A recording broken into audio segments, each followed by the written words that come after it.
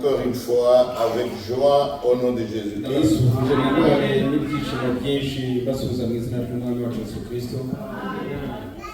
Je vous apporte aussi une salutation de notre frère Vianney de Kigali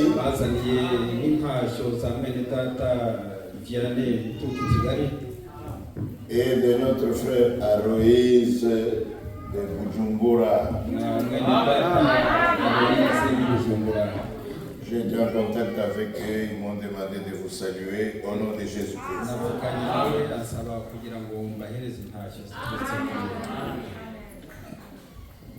Notre sujet principal, c'est nous avons vu son étoile en Orient et nous sommes venus pour l'adorer.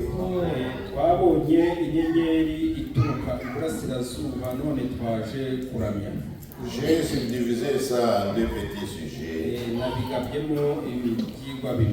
La première partie, c'est l'importance de suivre l'étoile.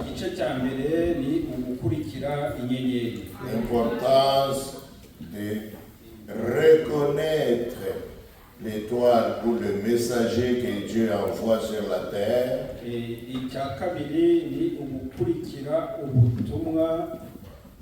Il l'envoie avec un message.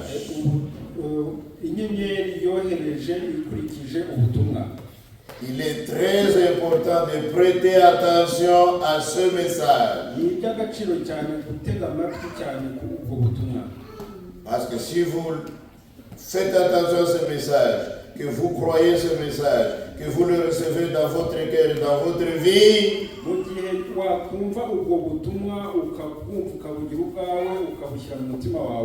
ce message vous conduira certainement à Christ. Vous ne pouvez pas vous égarer. Et le même Seigneur qui nous exhorte de prêter attention au message de ses envoyés,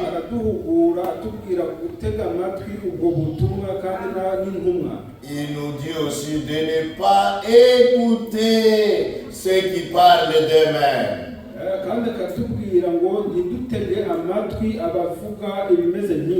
C'est que lui n'a pas envoyé. Malgré leur connaissance, leur sagesse, leur niveau social ou intellectuel,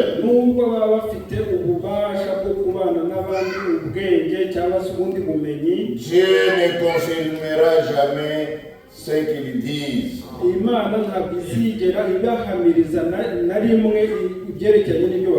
Dieu confirmera toujours sa parole. La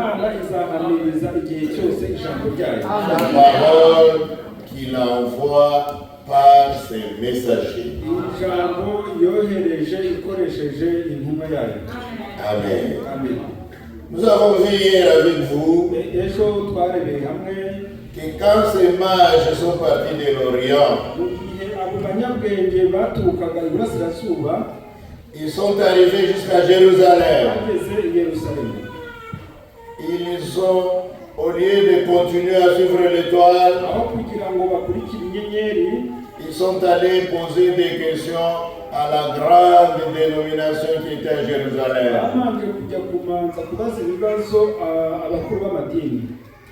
Là, ils n'ont pas eu de réponse. Personne n'était au courant là, dans cette dénomination.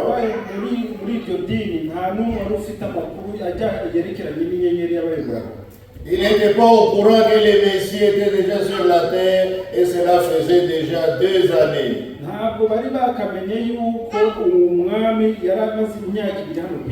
Les mages se sont beaucoup étonnés que leurs scribes, leurs docteurs, les souverains sacrificateurs, tous les principaux sacrificateurs, personne parmi tous ces gens n'était au courant que les Messies étaient déjà sur la terre.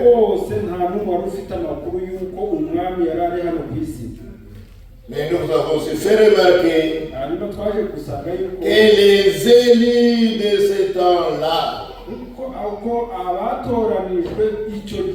étaient au courant parce que Dieu leur a envoyé des anges pour les informer.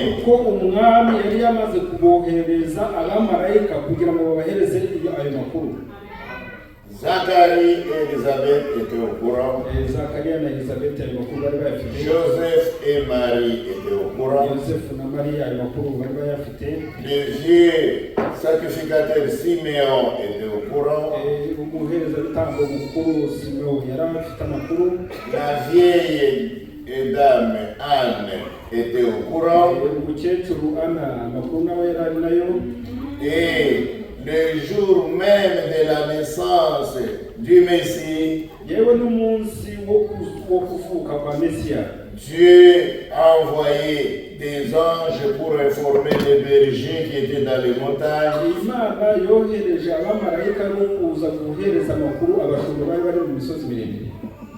Et au même moment, il a envoyé une étoile, qui est aussi un ange, qui est aussi un messager, pour informer les mages qui étaient très loin, en Inde.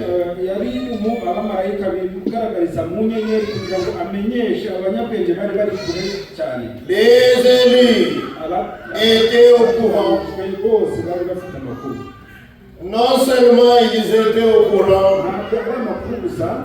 ils étaient aussi au bon endroit. Parce que quand Dieu veut accomplir sa parole promise depuis longtemps, quand Dieu veut l'accomplir, les élus se trouvent au bon endroit, parce que Dieu va accomplir sa parole avec eux.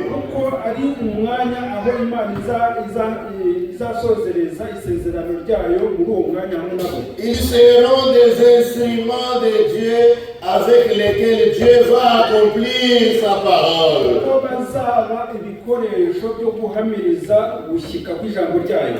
Voilà pourquoi ils doivent se trouver au bon endroit, exactement là où Dieu doit travailler avec eux.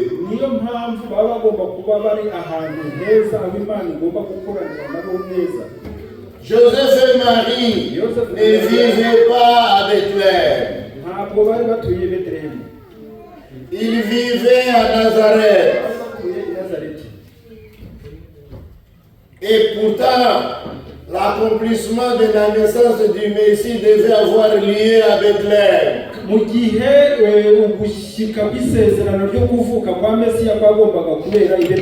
Alors pour que Joseph et Marie se retrouvent à Bethléem,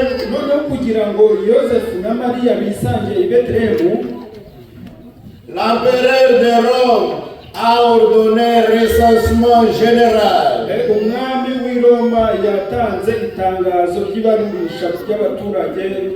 Sur toute la terre. Chacun devait aller se faire recenser dans sa ville natale. Alors il y a eu un tel mouvement de la population dans tous les sens, au milieu de grandes difficultés. Il y en a même qui pouvaient maudire l'empereur, qui était méchant. Il nous fait souffrir avec tout le froid, avec cela, il nous fait souffrir. Mais Dieu avait un plan. Dans ce recensement qui faisait souffrir les gens, et Joseph et Marie ont encore souffert plus. Parce que Marie était à terme. À terme. Non, elle était prête d'accoucher. Elle était déjà dans son 9e mois. Mais ils étaient obligés de se déplacer dans ces conditions-là de Nazareth à Bethléem.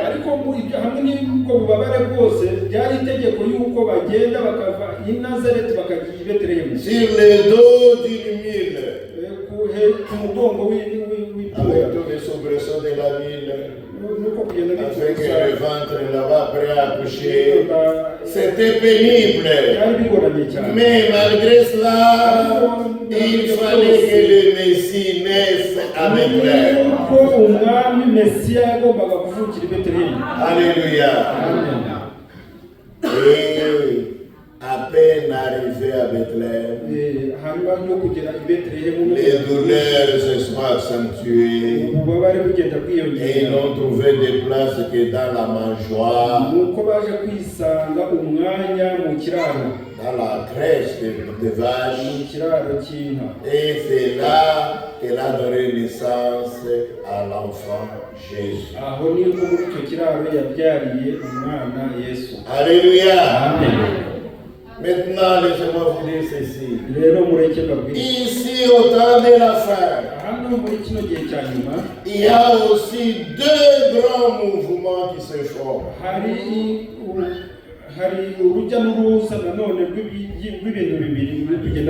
Le premier grand mouvement, le premier, c'est que tous les enfants d'Israël doivent quitter tous les pays, retourner là-bas en Palestine, parce que leur Messie est prêt de venir. Il ne va pas les trouver ici aux États-Unis. Il ne va pas les trouver dans n'importe quel pays. Il faut qu'ils soient en Israël. Voilà pourquoi tu as secoué le monde avec les guerres,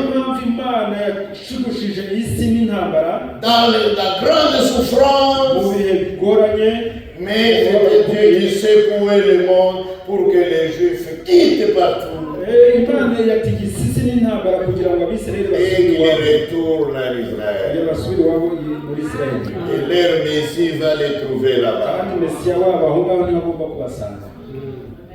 Pendant le même temps, il y a aussi un grand mouvement qui s'est fait du côté de l'Église des nations.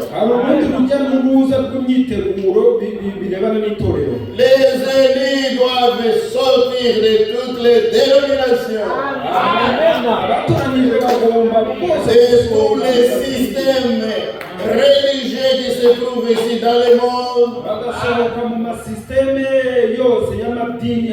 Ils doivent impérativement sortir pour se rassembler dans la parole promise pour ce temps.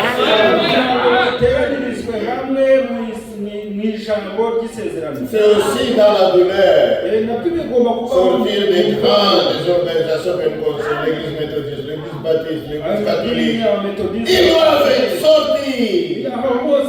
C'est un grand mouvement qui se fait dans le monde parce que l'épouse de Jésus-Christ doit être rassemblée dans sa parole. Ils doivent tous naître de nouveau de la parole de Dieu et de l'Esprit de Dieu et être remplis du Saint-Esprit pour aller dans l'enlèvement à la rencontre de leur Seigneur dans les airs. Alléluia. Vous voyez, pourquoi cela? Les élus doivent se trouver au bon endroit où la parole de Dieu doit s'accomplir.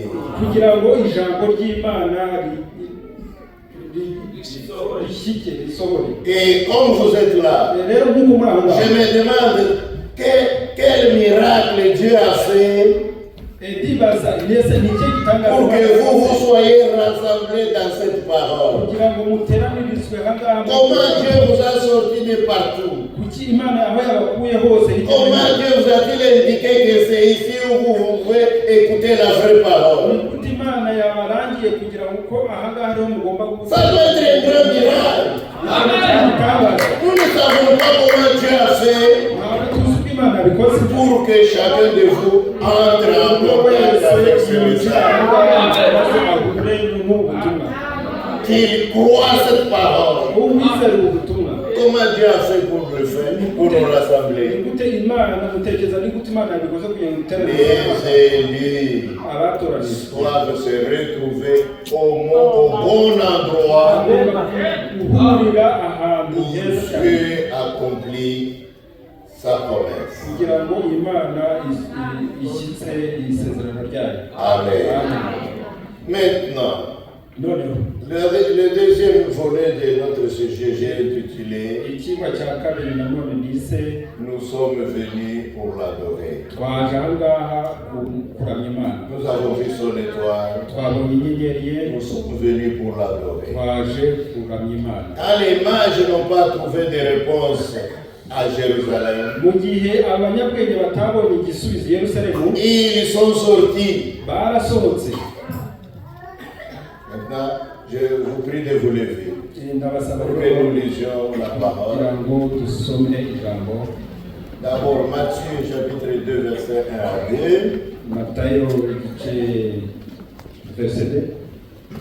Et puis, nous allons sauter pour lire le verset 9 à 11.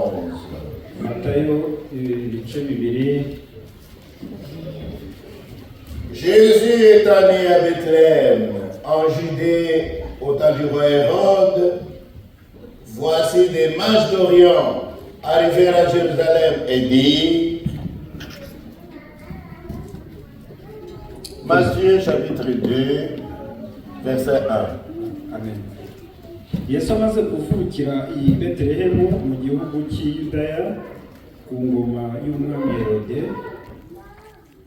amaze abanyabwenge baturutse iburasirazuba bajya i Yerusalemu barabaza bati, où est le roi des Juifs qui vient de naître? Car nous avons vu son étoile en Orient et nous sommes venus pour l'adorer. Umwami w'Abayuda yavutse ari hehe ko twabonye inyenyeri ye turi iburasirazuba none tukaba tuje kumuranga?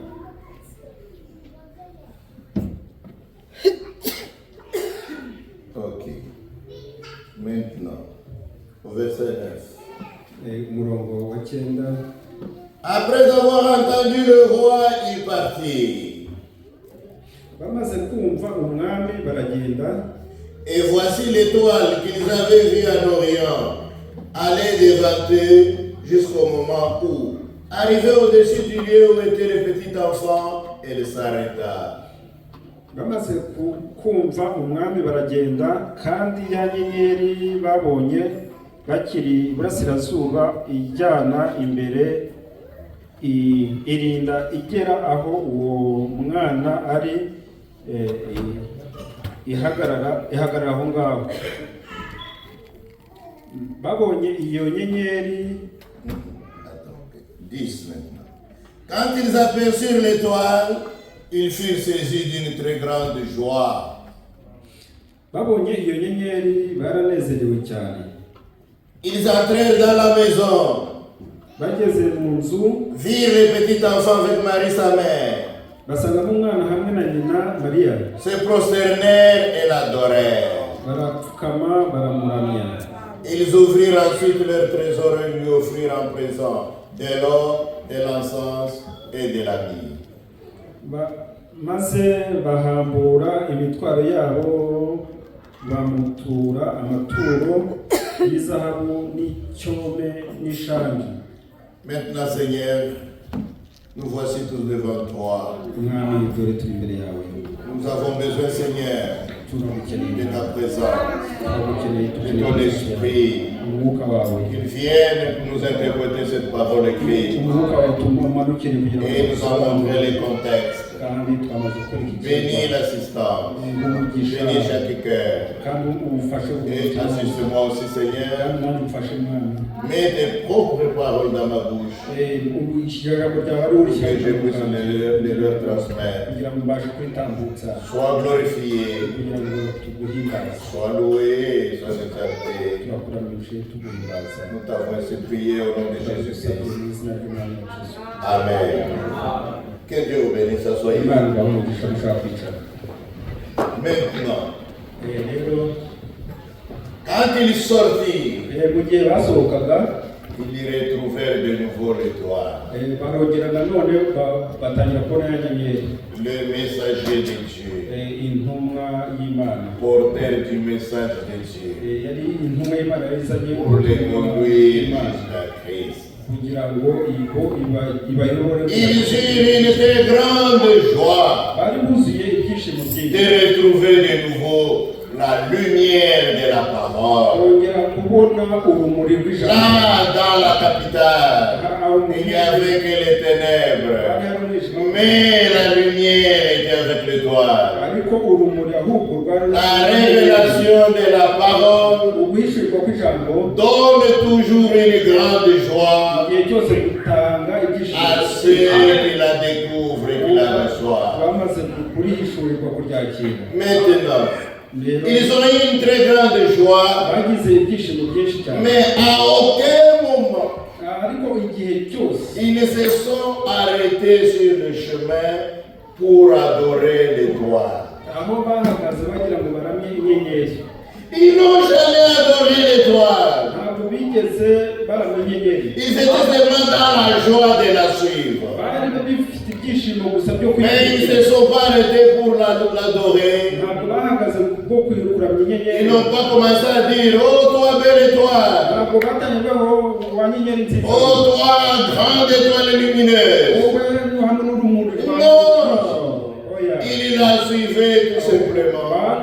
Et l'étoile est arrivée à Bethléem. Et elle est arrivée exactement au-dessus de la maison où était le petit enfant. Et quand elle s'est arrêtée, ils sont entrés dans cette maison. Et ils ont trouvé le petit enfant Jésus avec Marie, sa mère. Certainement que Joseph était là. Peut-être quelques voisins. Parce que dans l'ancienne vie, l'ancien temps, les voisins avaient coutume de partager une tasse de café. Ce n'est peut-être plus on ne le fait plus aujourd'hui. On ne connaît pas le voisin qui est au-dessus, ni celui qui est en dessous. On ne se connaît plus maintenant. Mais certainement qu'ils étaient là. Mais quand ces mages sont entrés, regardez ce qu'ils ont fait. Ils n'ont pas considéré Marie. N'ont pas considéré pour aller s'agenouiller devant elle. Ils n'ont pas regardé à Joseph pour aller s'agenouiller devant elle. Ils n'ont pas regardé à aucune autre personne. Ils sont allés tout droit vers une petite gamelle de 2 ans.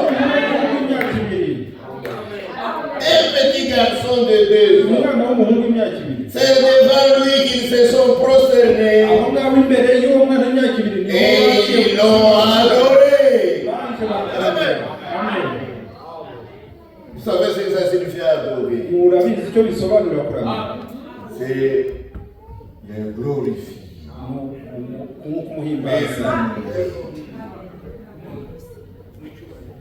Exprimer ce qu'il pensait de lui. Qu'il était le roi. Nous nous prosternons, nous t'adorons. Reçois la gloire, reçois l'honneur. Ils ont fait tout ça. Un petit enfant de 2 ans. Pourquoi ont-ils adoré un petit enfant de 2 ans? Parce que dans leur cœur, ils croyaient qu'il était Dieu.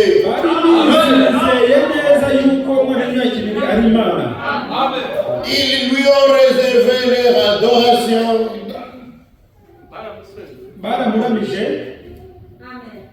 Si vous voulez que nous continuions avec lui, je vais vous sortir à 22 heures.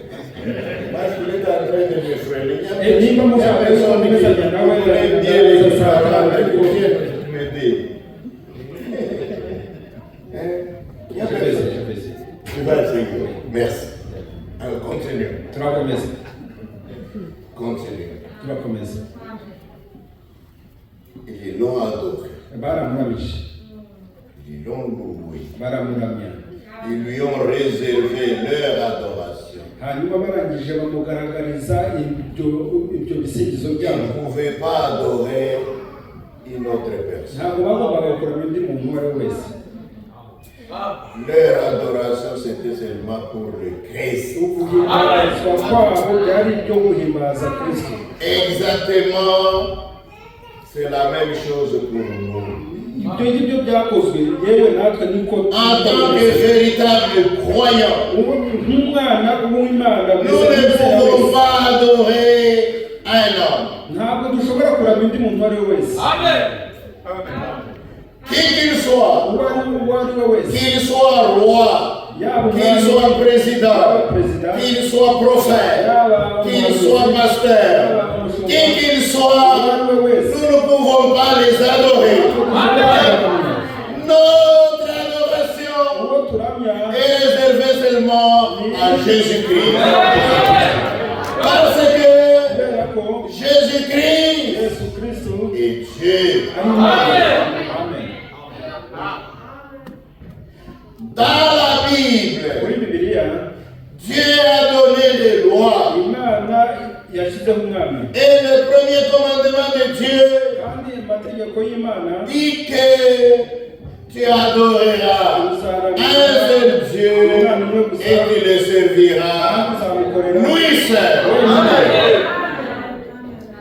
Et ces mages, en tant qu'Hébreux, ils ne pouvaient pas adorer une autre personne s'ils ne croyaient pas qu'il était Dieu. Et Jésus-Christ était Dieu. Même étant un petit enfant, il était Dieu. Même quand il était bébé dans la crèche, il était Dieu. Il était Jéhovah, venu dans la chair humaine. Jéhovah, étant pleurant comme un bébé dans la crèche. Jéhovah, puissant dans ses loges. Et ça m'a en train de le changer. Jéhovah. Vous dites non, il n'était pas pour Jéhovah. Il était tellement esprit d'enfant que quand il a grandi, il est devenu Jéhovah. Non! Il était né le Christ, le Seigneur. C'est ce que l'ange a dit. Je vous annonce une grande nouvelle qui sera l'objet d'une grande joie de tout le peuple.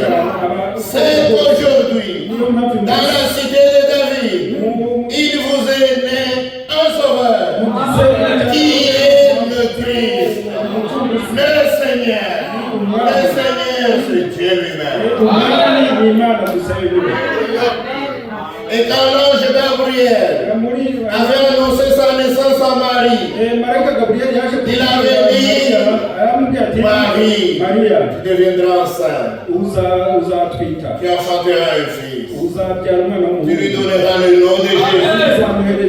C'est lui qui sauvera son peuple de ses péchés. Et la Bible ajoute, ceci arriva pour que s'accomplisse la parole que Dieu avait dite par Isaïe les prophètes. Et tu deviendras et tu seras enceinte. Tu enfanteras un fils. Son nom sera Emmanuel. Emmanuel signifie Dieu lui-même et parmi les hommes. Il était Dieu, même étant un petit garçon de 2 ans. Pour ce mage, il était Dieu. Et c'est pourquoi ils l'ont adoré. Ils n'ont pas adoré l'étoile. Et nous n'adorons pas les hommes. Nous n'adorons pas les pasteurs. Nous n'adorons pas les prophètes. Nous n'adorons pas Frère Wana. Aucun vrai serviteur de Dieu ne peut accepter d'être adoré.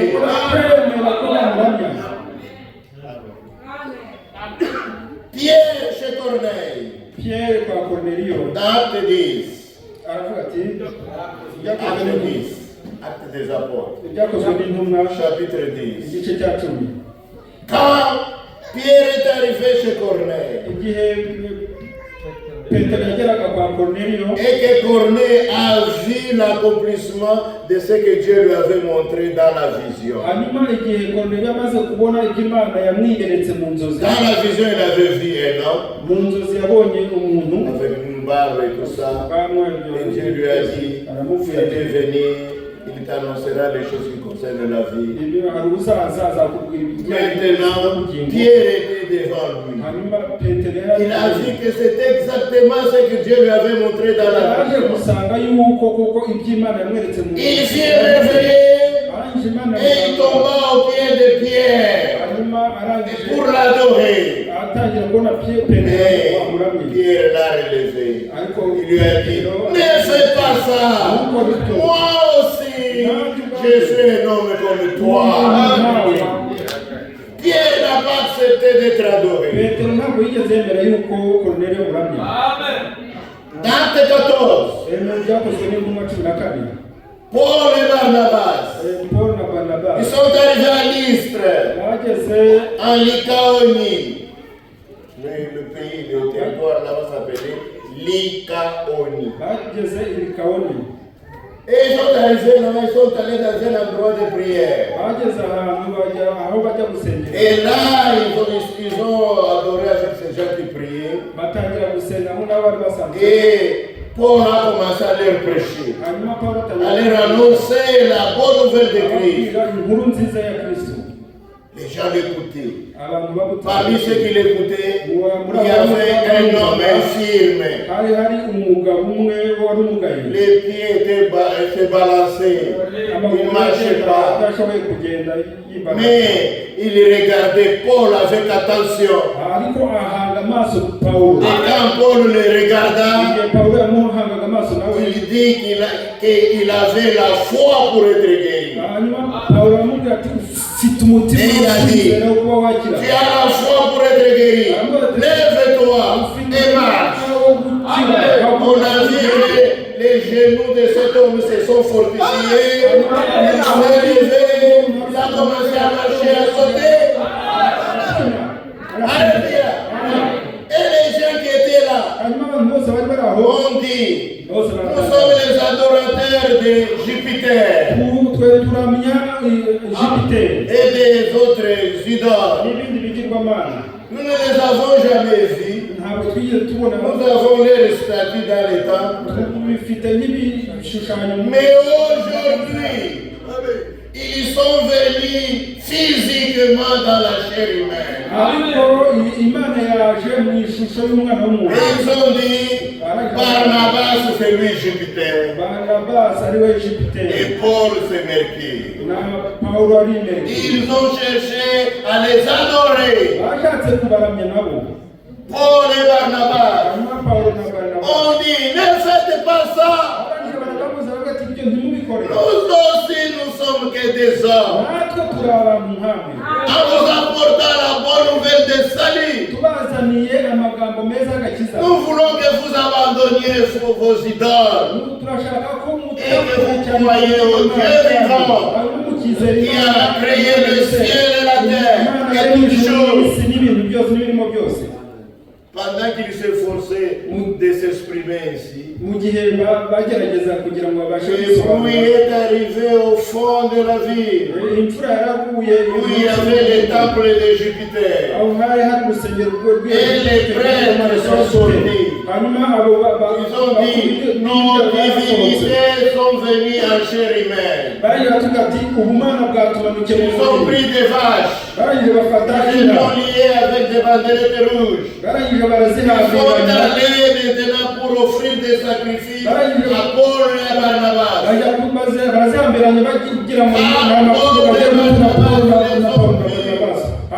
Ils ont déchiré leurs vêtements. Ils ont dit, ne faites pas ça.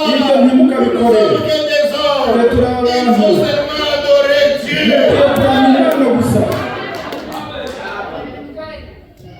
Et sur l'île de Patmos, Apocalypse 22, quand l'ange que Dieu avait envoyé avec les grandes révélations pour les donner à Jean, quand Jean a vu toutes ces choses-là, toutes ces choses qui sont écrites dans les livres d'Apocalypse,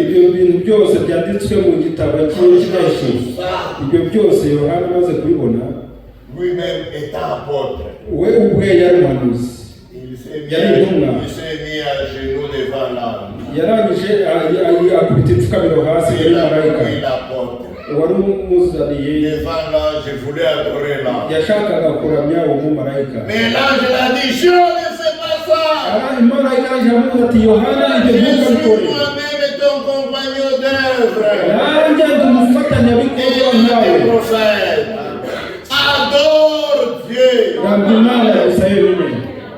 Aucun vrai serviteur, même un homme, n'accepte d'être adoré. L'adoration est réservée seulement à Dieu. Alléluia. Très bien. Maintenant, ce petit enfant est Dieu.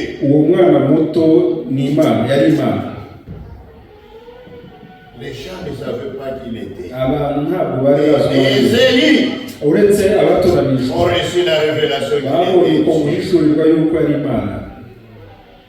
Les autres disaient, quel est cet homme qui fait de telles choses, qui commande aux esprits et les esprits fuient. Il commande même au vent.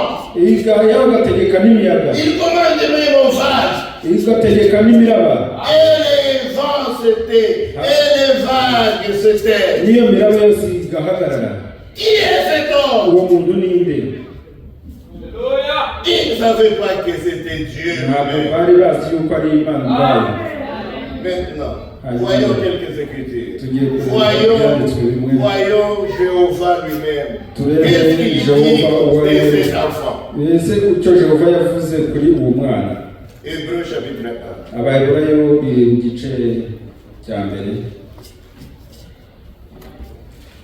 Verset 5. Commençons par là. Car auquel des anges Dieu a-t-il jamais dit, tu es mon fils, je t'ai engendré aujourd'hui?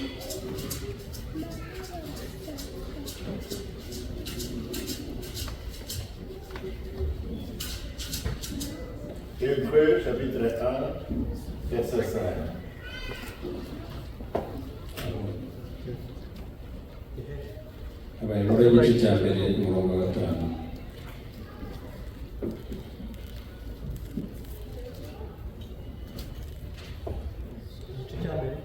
umurongo wa gatanu. turasoma mu izina rya Yesu Kristo. Mbese ninde wo mu bamarayika Imana yigeze kubwira iti uri umwana wanjye uyu munsi ndakubyaye? Et encore, hanyuma nanone je serai pour lui un père, et il nzamubera sera se pour moi un fils. nawe azambera umwana w'umuhungu. Et, verset 6, et de nouveau, lorsqu'il est introduit dans le monde le premier-né, il dit, kandi ubwo izongera kuzana imfura yayo mu isi, que tous les anges de Dieu l'adorent. izavuga iti abamarayika b'Imana bose bamuramye. Voici ce que dit Jéhovah. Murumva rero icyo Quand il Yehova avuga. introduit le premier-né, Ari we wavuze ku mfura. Jéhovah ordonne Jehova arategeka que tous les anges de Dieu l'adorent. abamarayika b'Imana bose bamuramye. Est-ce que Dieu a-t-il transgressé ses propres commandements? Ese Imana yigeze ivuguruza itegeko ryayo? Et qui avait dit Kandi ari qu'il wabivuze n'adorera que Dieu seul, Ko- qu'il le servira seulement lui seul. uzakorera Imana yonyine ubwayo Et yonyine. ici, Quand il elle a eu se Uramia. tourne vers ce bébé, il dit que tous les anges l'adorent. Hanyuma igahindukira ikavuga ati abamarayika bo mu ijuru bose bamuramye w'umwana. Non, il n'a pas transgressé ses commandements. Ntabwo yigeze ivuguruza iryo tegeko. Dieu Imana et cet enfant, ni Imana n'uwo mwana c'est la même personne. ni umuntu umwe. Voici le mystère de la divinité. Murabona rero ibanga ry'ijuru. Dieu est un esprit Imana ni umwuka, en tant que tel. hanyuma nk'uko ari Il umwuka est invisible. bigaragara, Personne ne l'a jamais vu nta muntu wigeze et ayibona, personne ne peut le nta voir. n'umuntu ushobora kuyibona. Mais Jésus Ariko Yesu avait les deux. Il était à la fois un corps Yesu yari afite et il umubiri était à la fois l'esprit. nanone afite n'umwuka, Car toute la plénitude divine ko mu kuzuzwa a kw'ijuru habité corporellement Yesu dans son corps. Imana yatuye mu mubiri wayo. Alléluia. Amen. Vous voyez Murabona rero que tous les anges de Dieu l'adorent. ko abamarayika b'Imana nayo bamuramya. Je continue un peu. D'accord. Je continue un peu. Ndakomeza. De plus, il dit des anges, il fait de ses hommes des esprits et de ses serviteurs une flamme de feu. Mais il a dit au Fils, ton trône, ô Dieu, est éternel. Verset 7. 7 et 8. Iby'abamarayika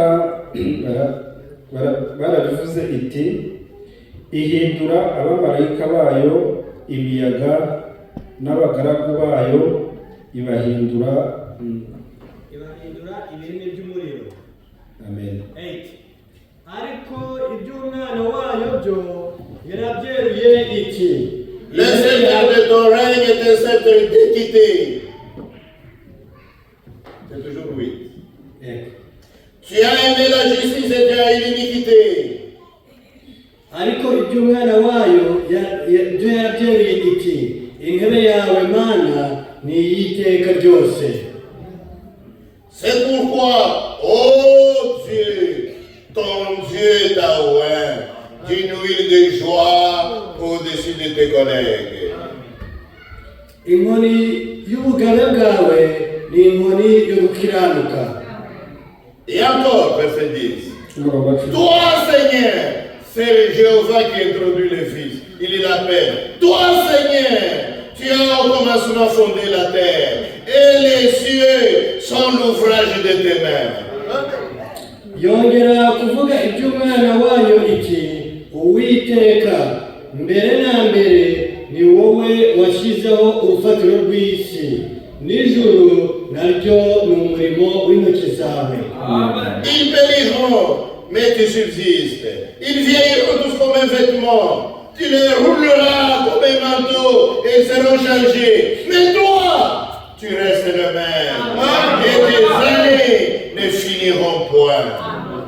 ibyo bizashiraho ariko wehoho uzahoraho.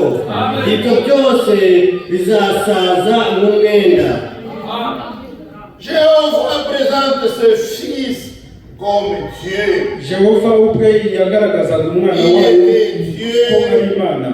Jéhovah en tant qu'esprit Jehova nk'umwuka habité dans ce corps wari utuye mu mubiri que nous appelons Jésus. Imana twita Yesu ariko C'est ce Imana qui fait umwana de w'Imana. lui Dieu. Imana niyo yamuhamirije yuko Yesu koko ari Imana. Dans l'homme, Imana mu muntu, le Père Data dans le Fils. mu mwana we. Alléluia. Amen. Les mages, Abanyabwenge quand ils sont arrivés, igihe bahageraga ils l'ont adoré. baramuramije Parce que pour eux, kuko kuri bo il était Dieu. kuko yari Imana. Amen. Les bergers Abashumba qu'il avait trouvés dans la crèche, bari bamusanze mu quand kiraro ils sont arrivés, bahageze ils ont commencé à les louer, batangiye à kumuramya raconter des merveilles sur cet enfant. bavuga ibigwi bye. La Bible dit, Bibiliya tubwira Marie, en attendant cela, Mariya en attendant ce que disaient les mages, et les Mariya bergers, Mariya igihe yumvaga ibyo byose abashumba et n'abanyabwenge ces bose personnes kumva qu'il avait reconnues comme Dieu. n'abandi bantu bose bagiye bahagera Marie kuko était ari la Imana. première qui avait reçu le message. Mariya niwe wabaye uwa mbere wo kwakirwa. Mais elle était toute heureuse d'apprendre. Ariko mu by'ukuri ibyo byose yari Et yishimiye d'autres cyane personnes aussi, Dieu leur a parlé. ko gutanga ayo makuru y'ibyo Et yahishuriye. Marie méditait ces choses et les gardait dans son cœur. Hanyuma Mariya akishimira ibyo bintu byose abifite mu mutima we. Alléluia. Amen. Il y a dans la Bible ici, dans le livre de Jean, chapitre 9, hari aho muri Bibiliya tubona muri Yohana il y a l'histoire d'un homme aveugle né. hari inkuru y'impumyi uwavutse ari impumyi. Jésus l'avait guéri. Yesu yaramukijije. Pour le guérir, Mu kumukiza il a craché de la salive sur le sol, yafashe amacandwe il a yatoranya fait un peu de boue, n'ubutaka akora les yeux, arangije asiga ku et il a maso envoyé se laver arangije amuga ati genda ujye au gukaraba réservoir de Siloé.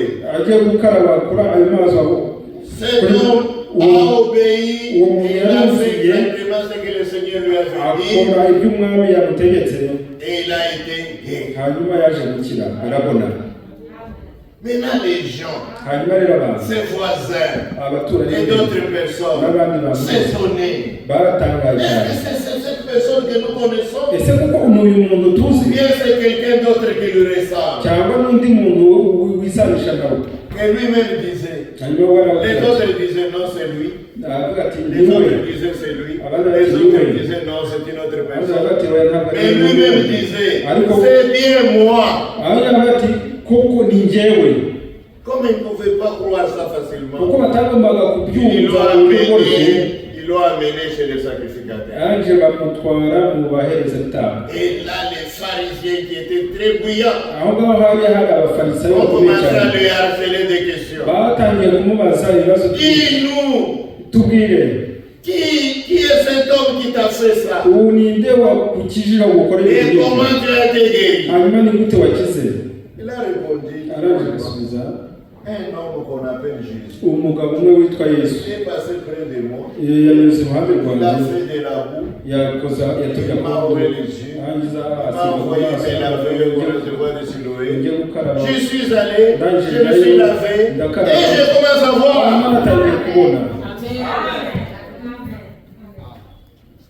Les pharisiens lui ont dit là, abafarisayo baravuga nous bati ne croyons pas dans cet homme. ntabwo twe twizera uriya Il mugabo fait des choses le jour des sabbats. gukora ibintu Il nk'ibyo ne ku munsi respecte w'isabato même pas les sabbats.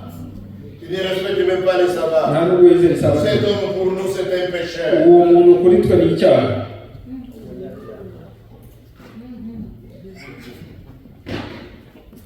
Il a dit, nanjye baravuga ati s'il est un pécheur, nimba ari ça umunyabyaha c'est vous qui le dites. nimba mubivuze Pour moi, kuri njyewe c'est un prophète. ni umuhanuzi.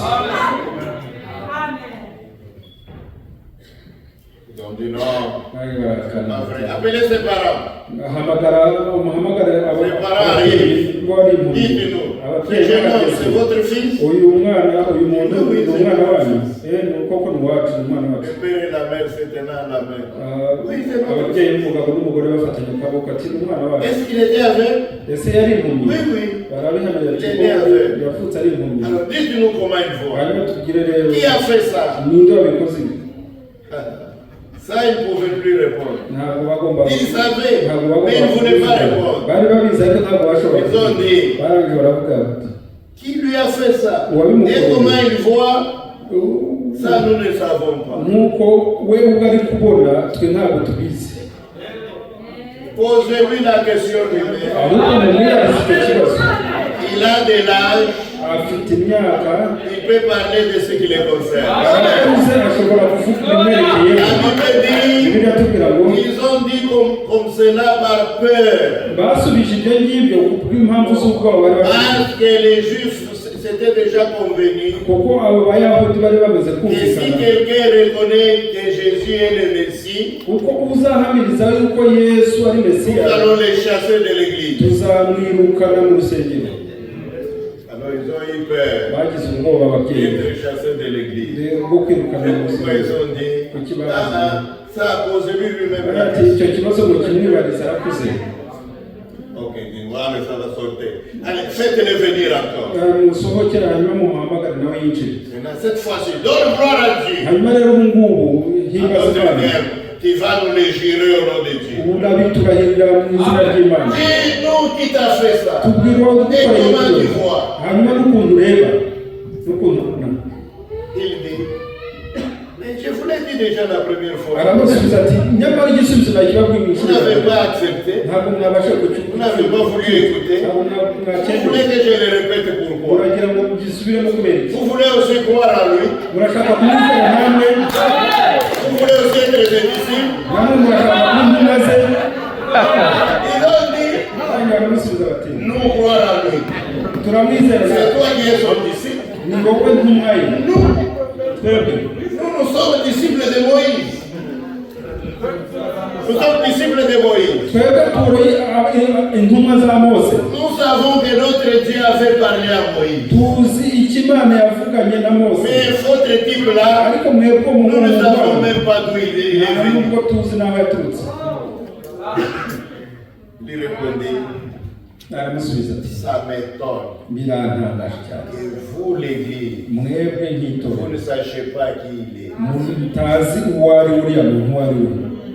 Et pourtant, il m'a ouvert les yeux. kandi njye yampumuye Depuis que je suis né, kuva navuka je n'ai jamais entendu que dans votre église, ntabwo nigeze numva ko mu itorero ryanyu un aveugle était à retrouver la vie. ko hari impumyi umuntu wavutse ari impumyi wigeze uhumuka ngo abone. Je sais que njye nzi neza ko Dieu n'exauce pas la prière des pécheurs. imana ikumva amasengesho y'abanyabyaha, Mais Dieu ariko imana honore ceux qui le respectent. ihimbaza abayizera. Alors, ils ont eu la colère. hanyuma baje bararakara Ils l'ont chassé. barangije baramwirukana. Satan, hoki tu es né aveugle, wavutse uri impumyi, tu es né dans le péché wavukiye mu byaha, et tu essaies de nous enseigner, nous, hanyuma uje guhindukira kugira ngo nous les twigire hommes saints, twebwe qui essaient de nous abasigwa. enseigner. Sors! sohoka. Le pauvre est sorti. umukene arangije arisohokera, Mais il était heureux. ariko yari yishimye Parce qu'il était aveugle. kuko yari Il impumyi, a yari pu voir clairement nk'uwo ari kubona byose, comme n'importe qui. nk'uwo ari we wese. Il est allé, il est parti. ariko arigendera. Et plus tard, bidatinze Jésus l'a rencontré. yesu arongera agahura nawe. Quand il le voit, bamubonye Jésus lui pose cette question. amubaza icyo kibazo. Lisons un peu comme cela. reka tubisome. Lisons cela nous-mêmes. Je vous ai donné l'essentiel de l'histoire. nari naje Maintenant, kubabwira lisons la fin. by'ingenzi mu Au verset 35, nkuru. Jésus apprit qu'il l'avait chassé. Jean 9, 35. Jean 9, 35. icyenda mirongo itatu na gatanu.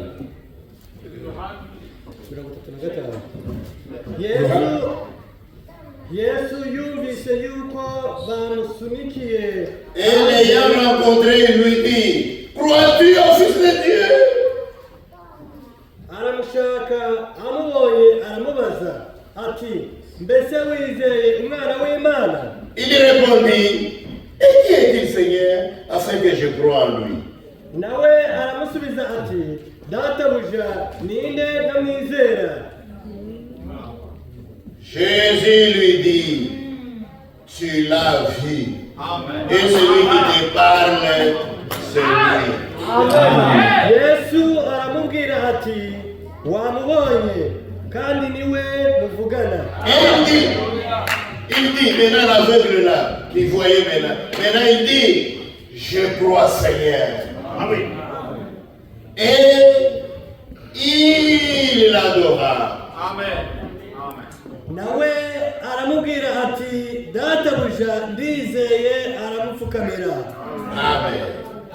L'aveugle là, quand il a reconnu que c'était lui, hanyuma impumyi yari que c'était lui le Messie, que c'était lui le Fils de Dieu, il s'est prosterné et il a adoré. Amen. Il a adoré parce qu'il croyait qu'il était Dieu. Amen. Tous ceux qui l'ont reconnu l'ont adoré.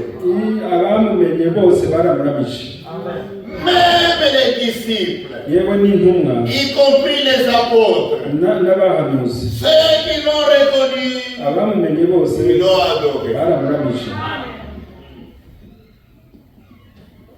Prenons quelques cas. Prenons les femmes qui sont allées à la tombe. Les femmes qui sont allées à la tombe. Matthieu 28.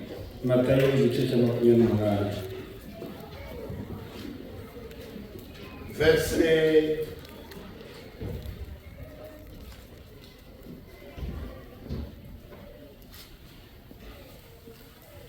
8. Elles s'éloignèrent promptement du sépulcre. Bava mu gituro vuba afite ubwoba. Ils sont arrivés au sépulcre. Ils ne l'ont pas trouvé. Ils sont sortis. Ils ont vu qu'un homme. Mais ce n'était pas un homme, c'était un ange. Ils lui ont posé la question et ils pensaient que c'était un homme. C'était un jardinier. Ils ont dit, cher monsieur, nous sommes venus avec des parfums pour répandre sur son corps. Mais on ne l'a pas trouvé. C'est Dieu où on l'a amené. basanze ku gituro umuntu barangije bakeka yuko ari umujardini ukata ibyatsi aho ngaho barangije tuzanye ibihumura neza yo gusiga il est ressuscité, il est vivant. Vous ne pouvez plus chercher le vivant parmi les morts. Allez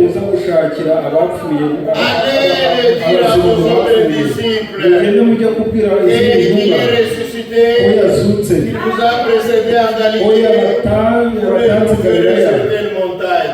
Allez dire, les femmes et beaucoup de joie de savoir qu'il est ressuscité. Et ils allaient maintenant essayer d'apporter la nouvelle. Avant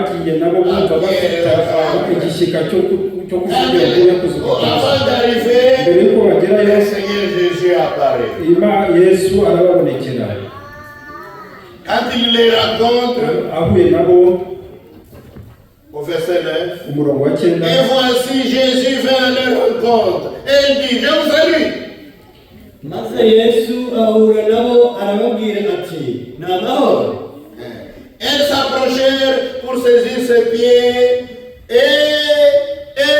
l'adorèrent. Mais ce n'est pas seulement s'agenouiller. Et l'ont adoré. Et l'ont adoré. Parce qu'ils ont reconnu Dieu. kuko bari bamaze guhishurirwa yuko ari Imana. Après l'avoir adoré, Bamaze kumuramya, Jésus est parti. Yesu Et les femmes aragenda, sont allées là où étaient les disciples. hanyuma abagore Ils ont donné la basubiza nouvelle. bajya aho baje Les bamaze soirs, inkuru yose murayizi. les autres ont couru et tout ça. Bose bagiye bagenda, Ils se sont mis en route barangije vers la Galilée, bakomeza umuhanda vers bajya la mu montagne Galilaya, que bajya ku Jésus leur musozi avait indiqué. aho Yesu yari yarababwiye. Maintenant, verset 16. Umurongo wa 16. Les 11 disciples allèrent en Galilée sur la montagne que Jésus leur avait désignée. nuko abigishwa 11 bajya i Galilaya ku musozi Yesu yabategetse. Quand il le vit, il l'adorait. Bamaze kumubona bahera ko baramuramya. Ils l'ont adoré. Baramuramije. Parce que pour eux, Kuko kuri bo il était Dieu. yari Imana. Amen. Luc Luka 24, igice cya 24 verset 52. umurongo wa 51. Luc 24, Luka 24 verset 52. umurongo wa 52. Commençons au verset 50. Utangire ku murongo wa 50. Maintenant, le jour où il devait être enlevé, il était maintenant, le jour où il devait être enlevé. Igihe yagombaga gusubira mu ijuru, Il les conduisit jusque vers Béthanie.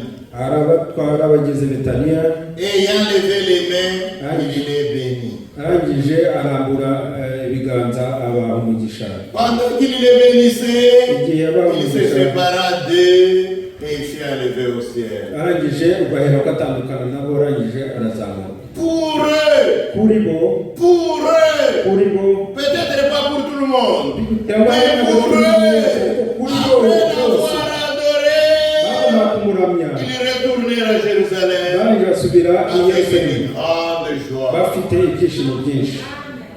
Ils l'ont adoré Baramuramije parce que pour kuko eux, kuri bo il était Dieu. ko yari Imana kuri bo. Et vous connaissez certainement l'histoire de Thomas. Hanyuma n'inkuru yerekeranye Pendant na que Toma tous murayizi. les événements se passaient là-bas, Mu gihe cyose Thomas cyose lui était à la cyabaga, pêche. Toma we yari mu kuroba. Maintenant, quand il revient, Igihe yagarukaga, les autres lui disent, abandi le baramubwira Seigneur est bati, vivant. umwami ni Il est muzima, ressuscité. Nous l'avons yarazutse, vu. twamubonye. Thomas dit, Toma aravuga ati, je ne peux jamais croire ça. ntabwo nabyizera ibyo ngibyo. J'ai vu comment on l'a poignardé. Namubonye J'ai vu uburyo comment on a trouvé ses pieds. uburyo J'ai vu comment on a trouvé ibirenge, ses mains. J'ai uburyo vu comment l'eau est sortie de son ventre. uburyo amaraso Je ne peux yatekaga. pas croire ça. Ntabwo ibyo ngibyo napfa À kubyemera. moins que je mette mon doigt dans les trous de ses mains, que je mette ma main entière dans son agakoze côté. ikiganza mu rubavu rwe. À peine avait-il terminé, Ibyo byose bimaze kurangira, Jésus entre. Yesu Il n'avait arinjira. plus besoin d'entrer par la porte. Ntabwo agomba kwinjira Mais yanyuze mu il était muryango. fermé. Ibyo Il byose yari entrait yakinze, simplement we yarinjiye parce qu'il était kuko Dieu. yari Imana. Amen. Alléluia. Amen. Jésus entre. Yesu arinjira, Il salue tout le monde. arabasuhuza Que bose. la paix soit avec vous. Amahoro abane namwe namwe. Ensuite, il se tourne vers Thomas. Hanyuma Eh, arahindukira monsieur Toma. Thomas, viens ici. Toma, ngwino hano. Voici mes mains. Dore ibiganza Fais byanjye. entrer tes doigts. Injizamo urutoki rwawe. Voici mon côté. Dore ni Fais entrer ta main. kozaho ikiganza cyawe. La Bible dit, Bibiliya iratubwira à ce muri moment-là, ako kanya Thomas crie en lui. Toma arangije Thomas se dit, arangije arapfukama mon aravuga Seigneur ati mwami wanjye et mon Dieu. kandi mana yanjye. Alléluia. Amen. Il était Dieu. Yari Imana. Ceux qui l'ont reconnu, Abamumenye ils ont crié en lui baramwizeye et ils l'ont adoré. kandi baramuramije. Nous n'étions pas là. Ntabwo twari Comment duhari. allons-nous le savoir? Hanyuma ni gute twagomba Ceux qui l'ont reconnu, les apôtres, après avoir cru en lui, après l'avoir adoré, ils ont mis par écrit cela ibyo byose batangiye pour les kubyandika générations futures. kugira ngo abandi bantu bazavuka nabo bazabimenye binyuze muri izo nyandiko. L'apôtre Jean dit, ntumwa écrivant pour nous, Petero atubwira au commencement était la parole. Au commencement était la parole. mbere na mbere hari ijambo. La parole était avec Dieu. ijambo ryari kumwe n'Imana. Et la parole était Dieu. kandi ijambo kandi ryari Imana. Dieu est la parole. Imana ijambo. Avant le commencement, il était un esprit. mbere yari umwuka.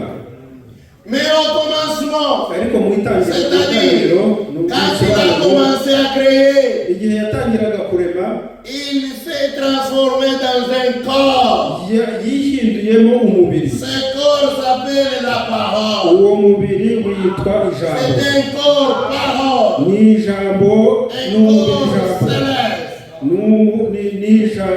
C'est dans ce corps qu'on l'a vu dans l'Ancien Testament. ni muri uwo mubiri bamubonyeho C'est dans mu ce isezerano corps rya qu'on kera. l'a vu comme Melchisedec. kandi ni muri uwo mubiri C'est bamubonyeho dans ce Melisedeki. corps que tous les anciens prophètes l'ont vu. ni muri uwo mubiri yuko n'abahanuzi ba kera bamubonyemo. Mais ariko lui-même, en tant qu'esprit, on l'a jamais vu. ntabwo bari Mais baramubonye. dans ce corps, ariko muri uwo mubiri les anciens l'ont vu. abakera baramubonye. amen. Mais maintenant, Jean, chapitre 1, verset 14. Yohana igice cya mbere umurongo wa 10. Et la parole hanyuma n'ijambo fut faite chair. nayo ni ijambo naryo ryari riri mu Et il mubiri habita parmi nous. kandi atuye muri twe. Et il habita parmi nous, atuye muri twe plein de grâce et de vérité. yuzuye ukuri. Et nous avons contemplé sa gloire. kandi twabonye Une ubwiza gloire bwe, ubwiza comme la gloire du Fils unique venu du Père. Ok, continue. Et la parole fut faite chair. kandi iryo jambo ryari riri mu mubiri. ibyo bisobanuye ngo Imana est devenu un homme. Imana yahindutse umuntu. Nous connaissons tous les attaques des Juifs. twese turabizi ibitero Les Juifs by'abayahudi. l'attaquaient, disaient, abayahudi nous voulons te baramuvuga lapider turashaka parce que toi qui es un homme, kuko uri umuntu, tu t'es fait uri Dieu. umuntu wigira Imana. Jésus n'a jamais été un homme qui s'est fait Dieu. Yesu ntabwo yigeze aba umuntu wigira Imana. Jésus était Dieu d'abord. Yesu mbere na mbere ko yari Imana, hanyuma yaje kwigira umuntu. Pas comme les hommes, les païens. yuko ntabwo bagomba kumva nk'abapagani. Ils grandissent en tant que hommes. abanyabyaha barakura bagakora Ils vont à l'école en nk'abantu, tant que des hommes. bagakura nk'abantu bakajya ku ishuri nk'abandi. Ils étudient les mathématiques, bakiga imibare la grammaire, et d'autres ikigo étudient la gisanzwe, théologie. abandi bakiga za teoloji. Et leurs professeurs leur donnent des codes. n'abarimu nabo bakabaha amanota. Personne parmi eux nta muntu hagati muri bo n'a 100%. ntawe ushobora kubona ijana ku ijana. Ceux qui reçoivent 75 ou 80 on dit grande distinction. ababonye 75, 80 bavuga ati ni abahanga. Grande distinction, mais ils n'ont pas 100%. kuko ntawe ushobora kubona ijana ku ijana. Parce que ce sont que des hommes. kuko ari abana b'abantu. Jésus, Yesu bwe, lui c'est toujours 100%. Yesu we ni ijana ku ijana. amen. Quand il se présente à 12 ans, igihe yigaragazaga ku myaka devant les docteurs, imbere y'abarimu, quand il pose des questions, ababaza ibibazo et ils ne savent pas répondre. nta Mais bisubizo quand il lui pose des questions, nabo bamubaza il ibibazo répond 100%. agahita abisubiza ijana ku ijana. Toujours 100%. Pourquoi? Parce qu'il était Dieu. kuko ari Imana. Il n'était pas un homme qui a étudié, ntabwo ari umuntu qui a eu wize 75%, uyabone 75 qui s'est marié, il a eu des enfants, il va étudier ajya kwiga à cause de sa position dans kuko l'église. umwanya we afite Il devient Dieu. yakigira Imana. Non! oya, Voilà pourquoi Branham n'est pas Dieu. niyo mpamvu Branham atari Il est Imana. à la chasse, il s'est marié, il a we eu des enfants. yarahize arashyingirwa abyara abana yarapfuye. Sharon, Sarah, Rebecca, Joseph, il a des enfants. Et comment faites-vous de lui Dieu? Et ses enfants sont quoi?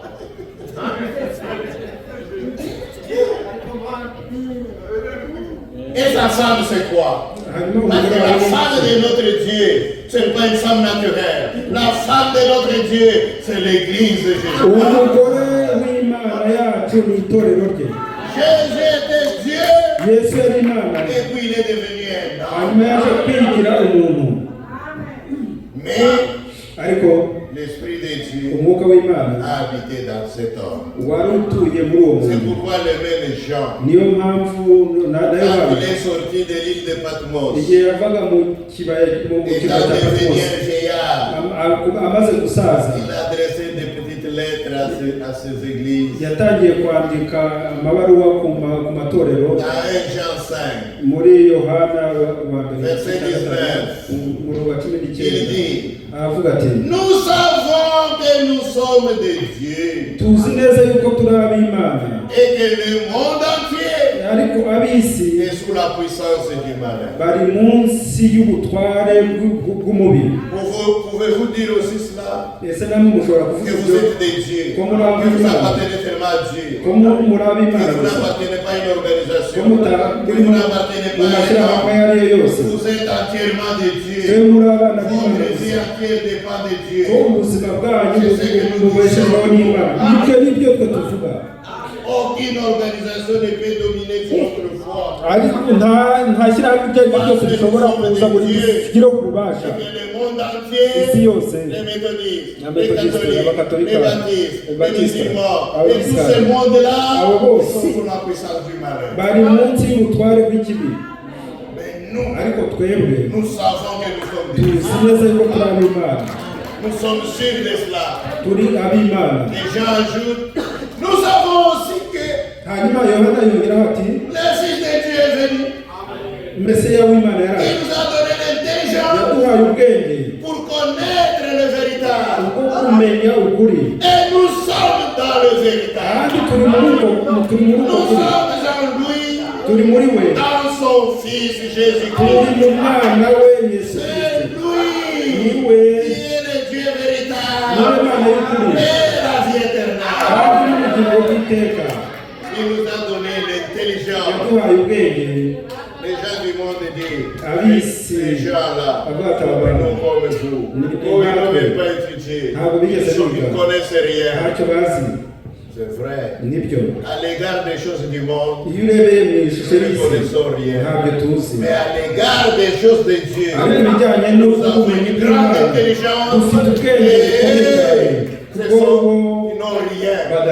Ce sont des ignorants. Ils ne connaissent pas Dieu. Mais nous sommes en lui. Il est Dieu véritable. Et la vie éternelle. Les enfants, gardez-vous des idoles. Vous êtes en dehors de lui. C'est le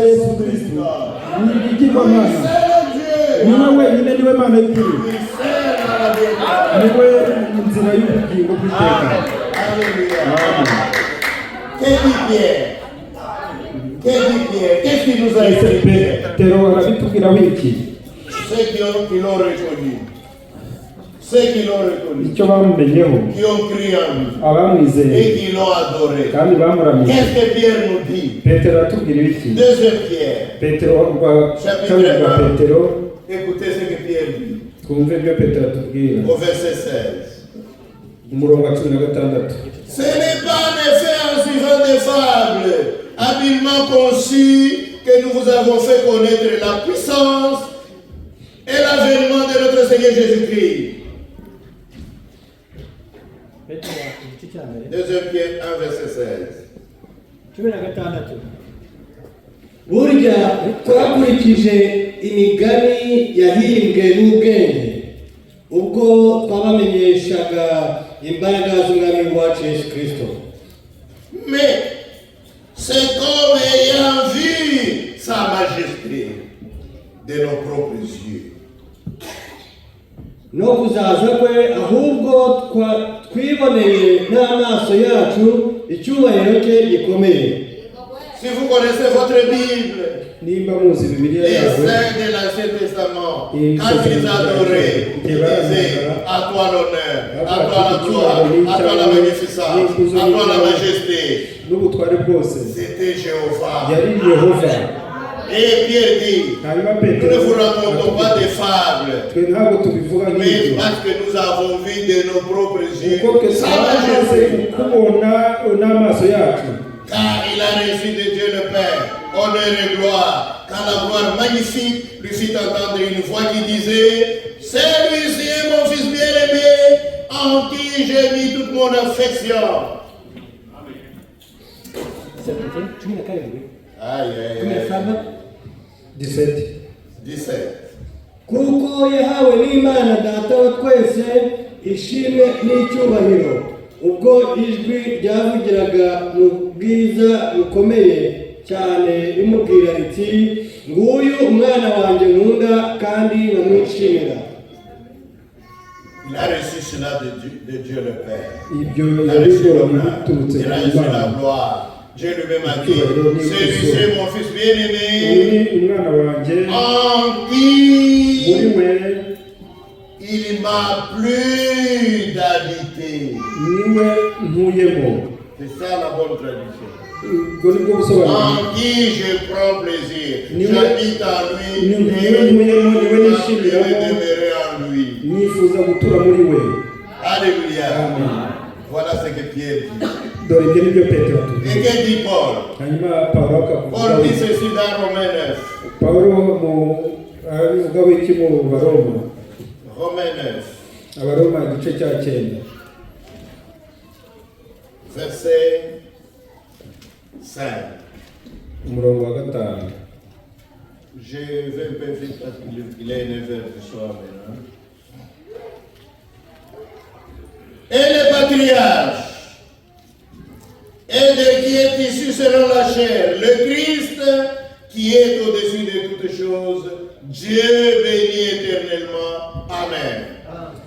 Nibo bakomotse kuri ba sokuruza ndetse nibo Kristo yakomotseho ku mubiri, niwe utegeka byose, ni nawe Mana ushimwa iteka ryose. Amen. Amen. Voilà ce qu'il dit. De la chair, il est venu des Juifs, des patriarches. mu mubiri Mais lui-même, ariko we ni Imana, c'est lui qui est au-dessus de toutes ni choses. Imana iri hejuru ya Dieu byose, béni éternellement. ni Imana y'ibiteka byose. Amen. Amen. Le même Paul dit, Pawulo nanone 1 arakomeza, Timothée 3, urwa mbere rwa Timoteyo 1 igice cya Timothée 3, 3, urwa mbere rwa Timoteyo igice cya 3, 1 Timothée chapitre 3,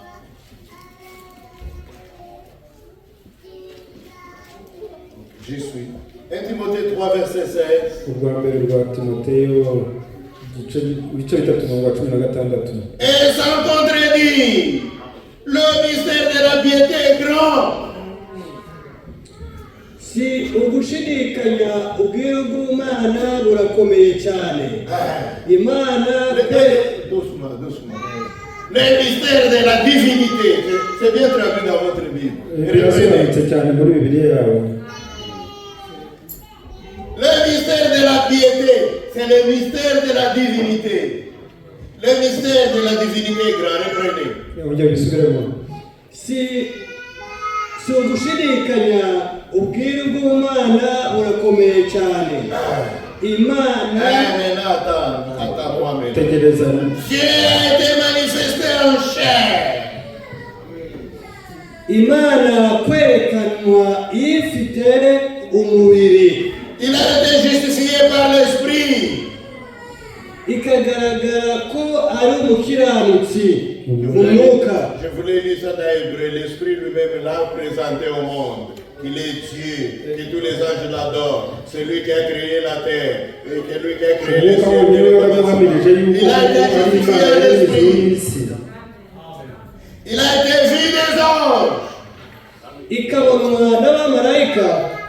Les anges ne l'avaient jamais vu. abamarayika ntabwo bigeze bamubona. Au ciel, les anges ne l'ont jamais vu. abamarayika mu ijuru ntabwo bari barigeze Il bamubona. l'adorait jour et nuit sans le voir. bamuramyaga ijoro n'amanywa Parce qu'en batakora. tant qu'esprit, ils ne pouvaient pas le voir.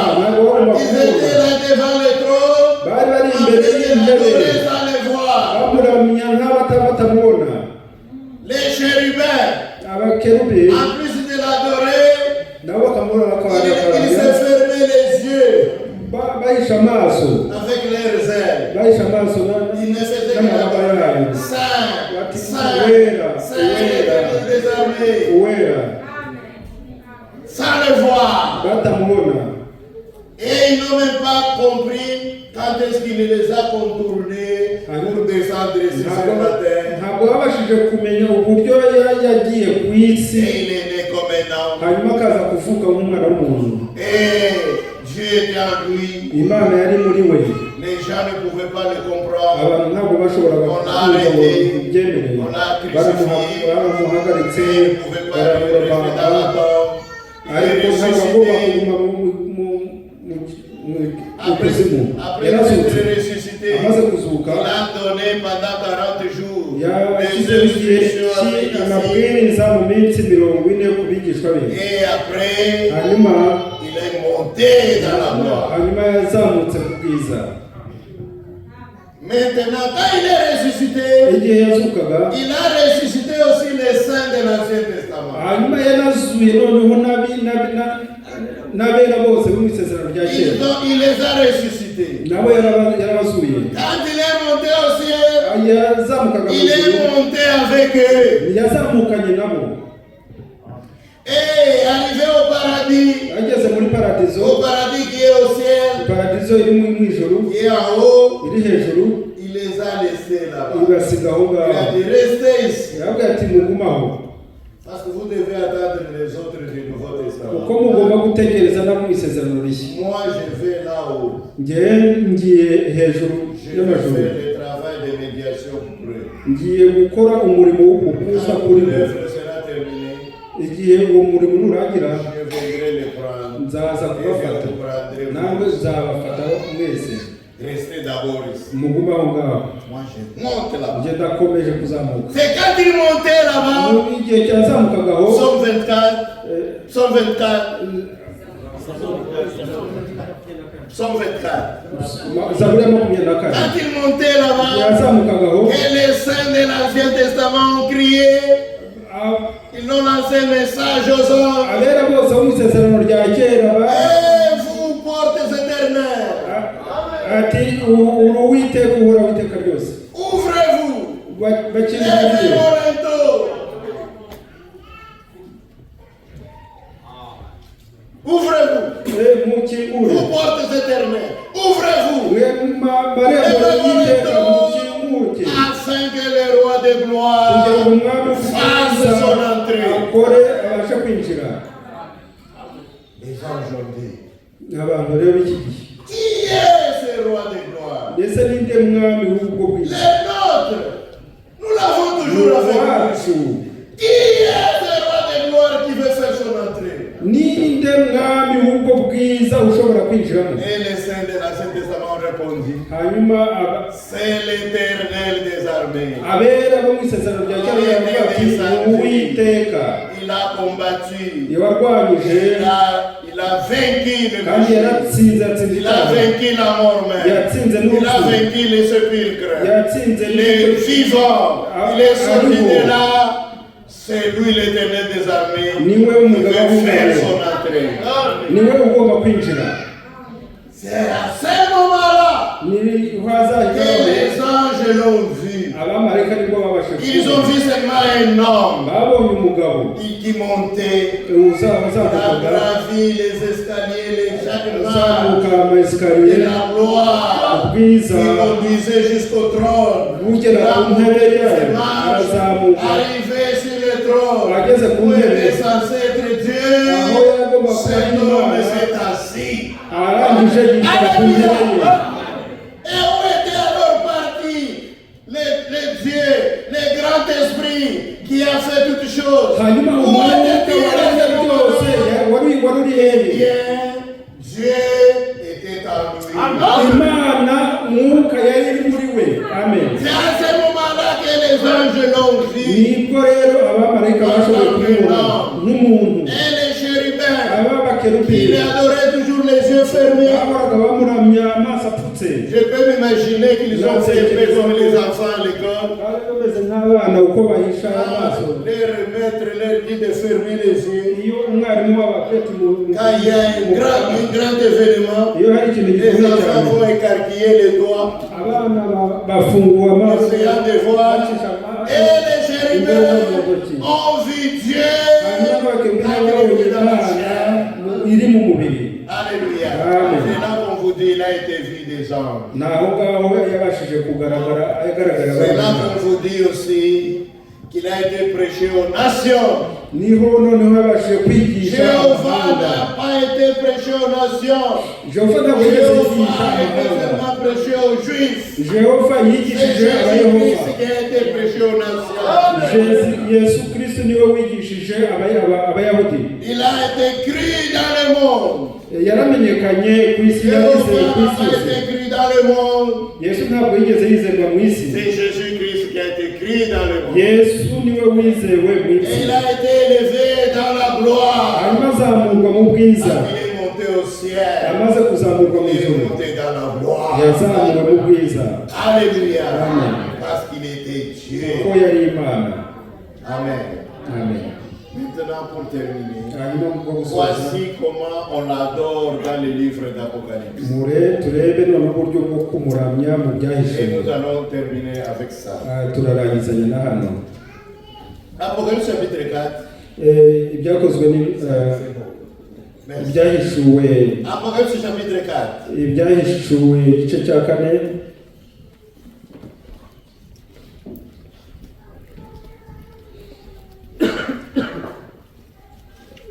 Écoutez.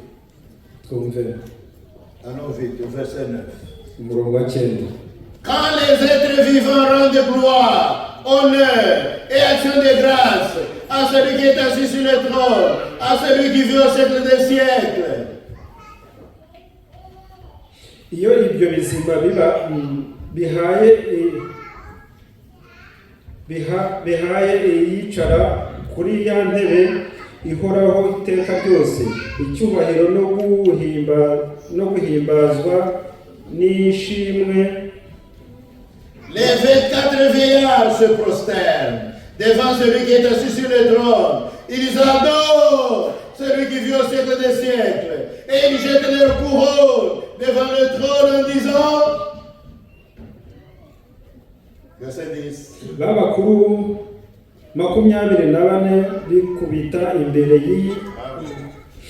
bikubita imbere y'iyi cara kuri iyo ntebe, bakaramya ihoraho iteka ryose, bakajugunya amakamba yabo imbere y'iyo ntebe bavuga bati, mwami wacu, mana yacu, ukwiye guhabwa icyubahiro no guhimbazwa n'ubutware kuko ari wowe waremye byose, igituma biriho kandi icyatumye biremwa nuko wabishatse.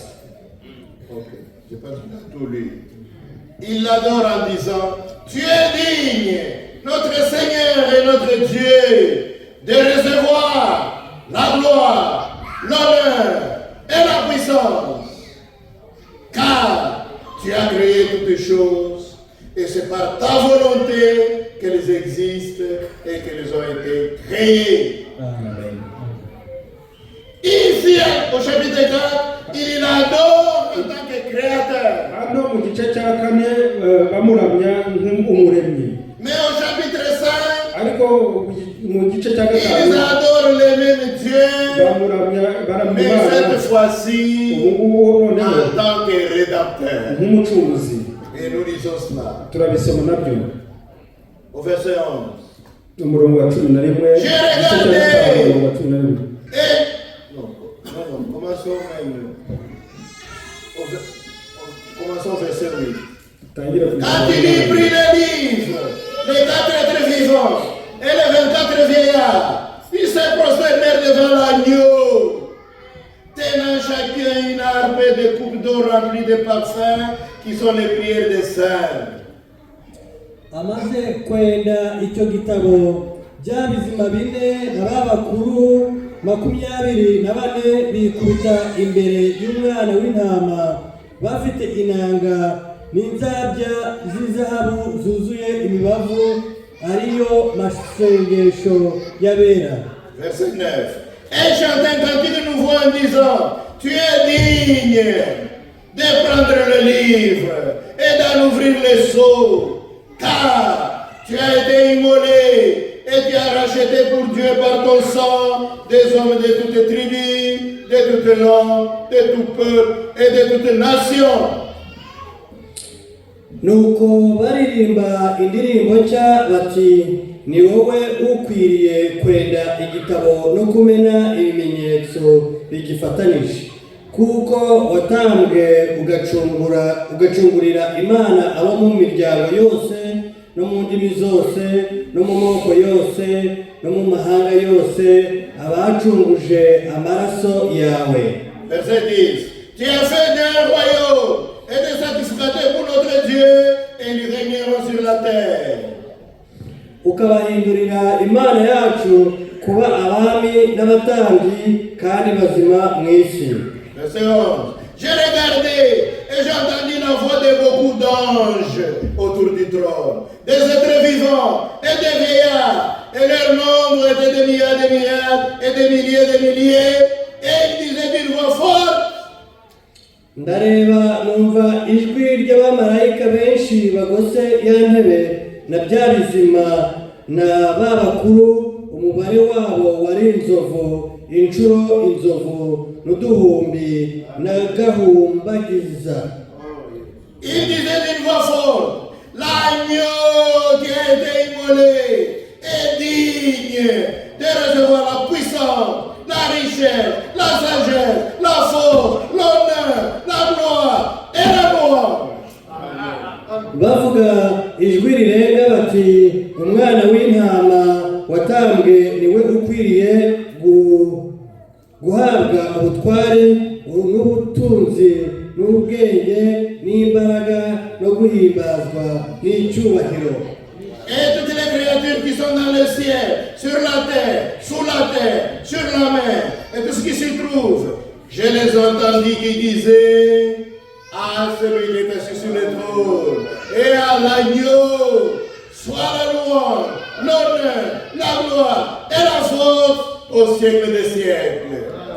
Nuko numva ibyaremwe byose byo mu ijuru no mu isi n'ikuzimu no mu nyanja n'ibirimo byose bivuga biti, ishimwe no guhimbazwa n'icyubahiro n'ubutware bibe ibyiyicaye ku ntebe n'iby'umwana w'intama iteka ryose. Et les quatre êtres vivants disaient Amen. Et les vieillards se prosternèrent et adorèrent.